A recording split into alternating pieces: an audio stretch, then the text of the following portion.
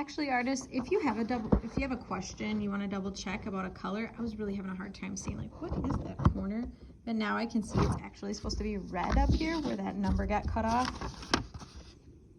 So I'm glad that I could look at that bigger picture. I have this bigger picture if you need to see it. Start with the skin color first. If you have any skin color, start with that crayon first.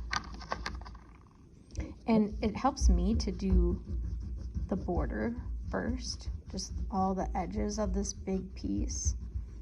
And if it's a really complicated one like this, then I will have you work on it with a partner. But just go ahead and press hard and do an outline, create a border first. And then when you're in the middle here, you can go a little bit faster.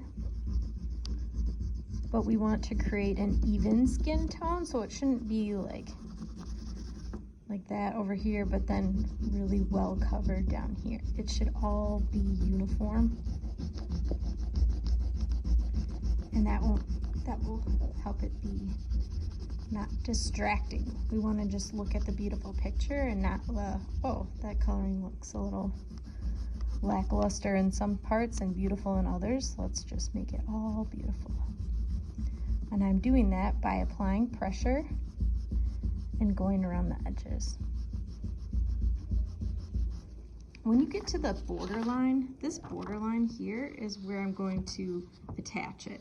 So if you just go a little bit over the border, that would be great, but you don't have to color all the way up to the edge. But just a little bit over the border does help when I'm lining it up. Sometimes it's difficult to line it up because the paper stretches, expands.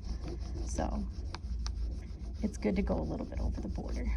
Close to the edge, but you don't have to go all the way off.